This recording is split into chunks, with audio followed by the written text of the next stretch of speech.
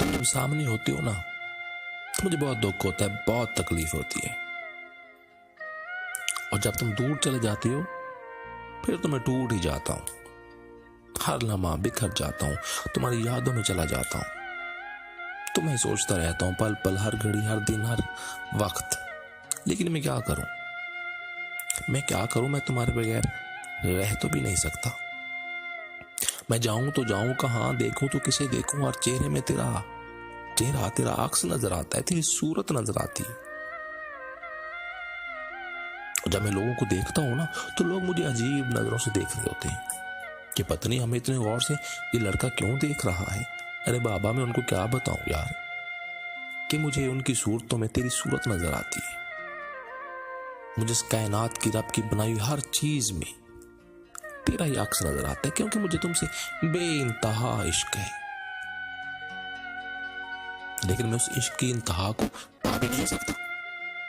कैसे पा सकता हूं जब अल्लामा इकबाल ने फरमा दिया, तेरे इश्क की इंतहा चाहता हूं। अरे मेरी सादगी देख, मैं क्या चाहता हूं, तो फिर मैं किस खेत की मूली हूं भाई। लेकिन मुझे इतना मालूम है कि मैं तेरे बिन रह नहीं सकता, मैं तुझे भूल भी नहीं सकता, मैं तुझसे दूर जा भी नहीं सकता। मुझे इतनी मोहब्बत है तुमसे। मैं ये नहीं कहता वो टूटे फूटे आशिकों की तरह मैं तुम्हारे लिए तारे तोड़ लाऊंगा, मैं चांद तुम्हारे कदमों में बिछा दूंगा, मैं तुम्हारे लिए खून का आखिरी कतरा बहा दूंगा, मैं ये कर दूंगा, मैं वो कर दूंगा।